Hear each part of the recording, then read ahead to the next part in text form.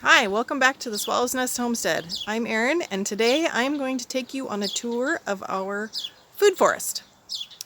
If you're not familiar with the concept of a food forest, what it is it mimics nature in the layers of a forest, but it is primarily food species and support species. So the layers of a forest start with the tall canopy, which, depending on the size of your food forest and the area that you have, this is sometimes omitted because, especially in more suburban or urban environments, because there just isn't enough space for tall canopy trees. Our food forest is a little bit on the smaller side, so we don't have tall canopy. We have mid canopy, which you can see behind me. We have 2 mature apple trees that were here when we bought the property, and so that's why we chose to build the food forest around these 2 mature trees. After the mid canopy is the shrub layer. This could be berry bushes, all kinds of shrubs, herbs like rosemary, things like that. And then you have your herbaceous layer, which is going to be mints, medicinal herbs like echinacea or catnip. There's tons of different plants you can put in the herbaceous layer. Then you have your ground cover layer. And then you can actually do a subterranean layer, which would be things like root crops or mushrooms would be considered, because they're primarily in the soil, though their fruiting bodies do tend to come above the soil. And then there's also a vining layer, so you can train vines up support trees, or even on your canopy trees. So that's just a quick breakdown of the layers of a food forest. And now we will kind of walk around our food forest, and I'll point out some of the different things we use and why. Okay, here we are. This is one of our bigger mature apple tree. It's quite a large tree, and it didn't get pruned this year, so it's got a lot of what they call water spouts, the bright little starts that go straight up. But underneath these trees, because there's good shade here in the summer, this is where we keep our nursery. So it's all the potted plants that we've bought over the years that we still haven't found a place for, or haven't planted yet. So I have ornamentals like a stilby and clematis. There's a couple of maple trees. There's elderberries and thimbleberries and irises, things like that. There's a couple of rose bushes, a couple of pots with sunchokes and horseradish. So there's a little bit of everything. There's some yarrow. So that's one half of our nursery. We have a great little seating area. It faces the rest of the food forest. We can watch the birds and enjoy the shade. It's a really nice, comfortable place to sit on a summer afternoon. And this is the other half of our nursery area. So we've got clematis, I've got goji berry, mint, comfrey, more maple trees, and some wild roses, forsythia. And this tree actually has this is a honeysuckle. And honeysuckle is a great vining plant. This is not a native variety. This is one that's called Golden Flame. The flowers can get really yellow. They turn from pink to yellow. But they're good for pollinators. Hummingbirds love them. So that's why we chose that particular vine. On the other apple tree, we actually have a Pinot Noir grape. It's still really young. It hasn't gotten very big yet. We did get a little bit of fruit the first year, but right now we're just letting it mature. So that is our first 2 mature apple trees. And then this is our first the bed comes from the trees and wraps around. And we have some shrubs and some herbaceous perennials in this kind of curving bed here. So we have a mixture of red and black currants. That one's a black currant. I think that one's a red, and they just alternate across. We have Comfrey, which is a dynamic accumulator. It has a very long taproot, which actually mines minerals from deeper in the soil, and you can just chop and drop the leaves every time. I chop them every time it starts to flower and just leave them on the ground. And then those minerals are actually reabsorbed into the surface soil so that the plants can take advantage of those nutrients. Let's see, there's some weeds. This is a golden oregano. It's a culinary type of oregano. It doesn't bloom, it blooms kind of later, and it's not a real showy bloom, but it's a really pretty yellow-green. I'll dehydrate some of this for use over the winter. And there's another larger comfrey there. Here we have strawberries. I have strawberries as a ground cover. That's those are a mix of both a cultivated strawberry and a wild strawberry. And then on either side of that strawberry there is echinacea right here. And then there's another one over here. And that is a medicinal herb. So here we have, these are onions. This is a walking onion, actually, that my mother-in-law sent me. I have them scattered all throughout the garden. And so these, you can use the tops as like a green onion, and then once these will get into big clumps, and then you can divide them. You can use them as a cooking onion, so they're really versatile. Root crop. That's our root layer. Over here I have, this is a monarda, also known as bee balm. It is a medicinal herb, but it is also, this one is native. It's a light purple color when it's in bloom, and it is something that pollinators really love. So having pollinator support species is another good idea for your food forest, so you can bring those pollinators in and support your species. So this is another red currant, more onions, more strawberries, rhubarb. We have 2 rhubarb plants here. This one I just harvested, so that's why it's looking a little thin. This shrub here is an Artemisia, and it's known as wormwood.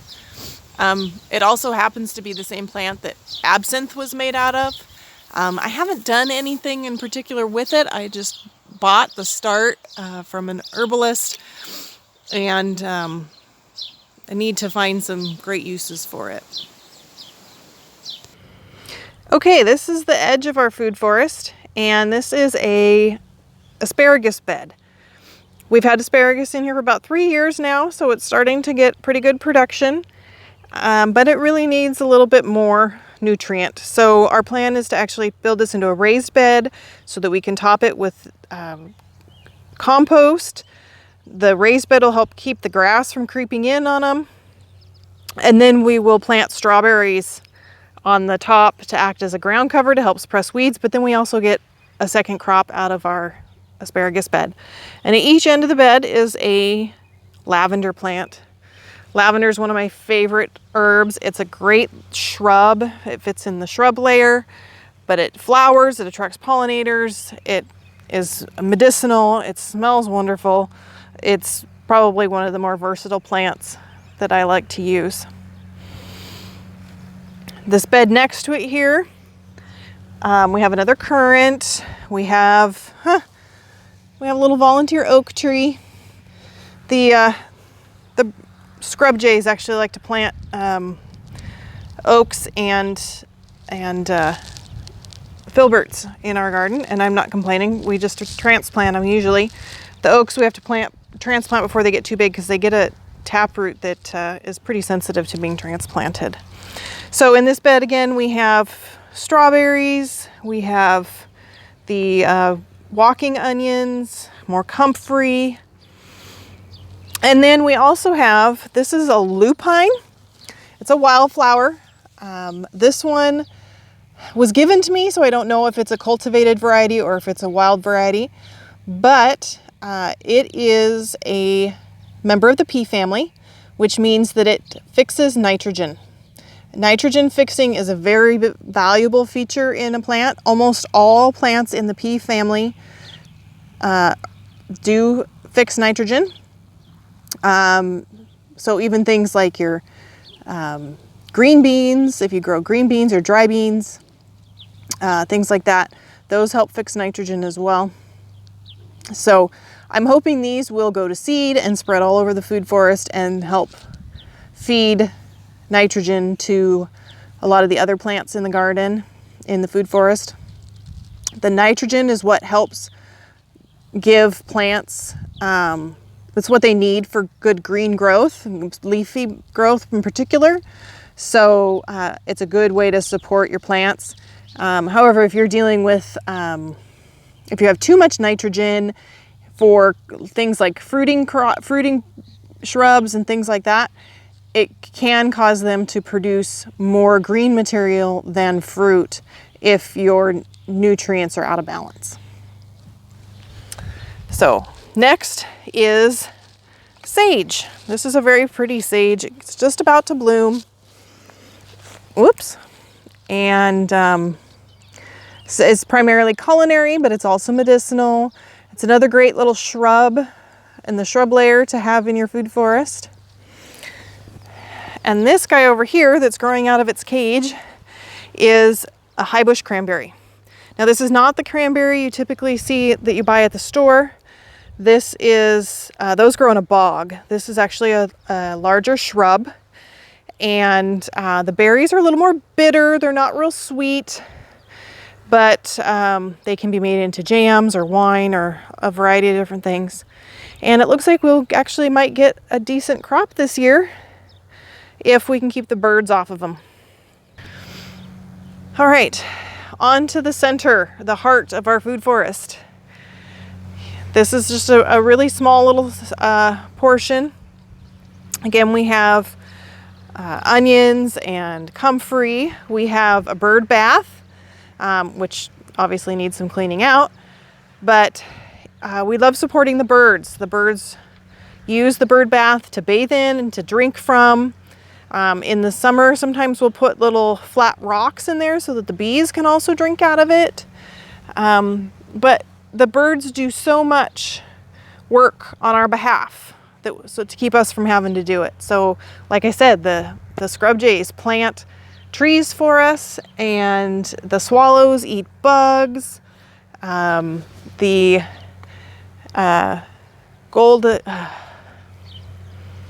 goldfinches eat seeds and spread seed for us. So many different things that, so we really like to support the birds in any way we can. So this here in the middle is a golden chain tree, and it's kind of obvious where it gets its name from. It is also a member of the pea family, like the lupine. So it fixes nitrogen as well. And, ooh, there's a bumblebee flying around. Great. And so it fixes nitrogen, so that supports all of the plants that are in the bed around it. That's probably one of the reasons why this oregano is so huge. It's actually 3 different plants. I don't know if you can see. If I look right about here, we've got 3 different varieties. So this one here is the biggest plant, and it doesn't have a lot of flavor to it, but it gets these beautiful purple flowers that the pollinators love. So we don't harvest this one, but we let it grow, and we let the pollinators feed on it, and then sometimes we'll cut it down and give it to the chickens. These other 2 varieties here, I think one is a Greek oregano. I'm not sure what the other one is, but these 2 they have just a white flower, but they are the ones that I dry along with the golden oregano for use in the kitchen. And then over here in the front of the bed, we have another lupine, a couple of strawberries, chives, and then another little currant that we actually started off of one that broke. So free plants, yay. So this bed has some of the same and some different. Comfrey, of course, again, strawberries, And camas, another high bush cranberry. This tall, weird looking thing. This is a mullein from last year. They get these bright stalks with all these bright yellow flowers on them. And the pollinators love them. They're medicinal. They have these really soft, thick leaves at the bottom. So this is just one from last year that was left here that I haven't done anything with yet. Here we have some mint. I think this one's actually chocolate mint, but I don't know that I can really taste the difference between chocolate mint and a regular mint. I gotta get the grass out of here too. The grass tends to encroach, so we're working on a solution to try to manage the grass and keep it out. Eventually, I hope to cut out all the grass and replace it with some sort of low-lying ground cover that I'm not too worried about invading. Here's a nice rosemary. It's in bloom. Looks like we got a little bit of deadwood we need to prune out, but rosemary flowers are always pretty. And they smell so good. Another mint here, mixed in with some weeds. And over here, we have spearmint that's taking over. This one's spreading really rapidly. And so I had some borage here last year that didn't self-sow. So I'll probably put some sort of a small shrub here in the future. This is our first apple tree that we planted here. It is an Akane apple, which is a delicious fresh eating apple.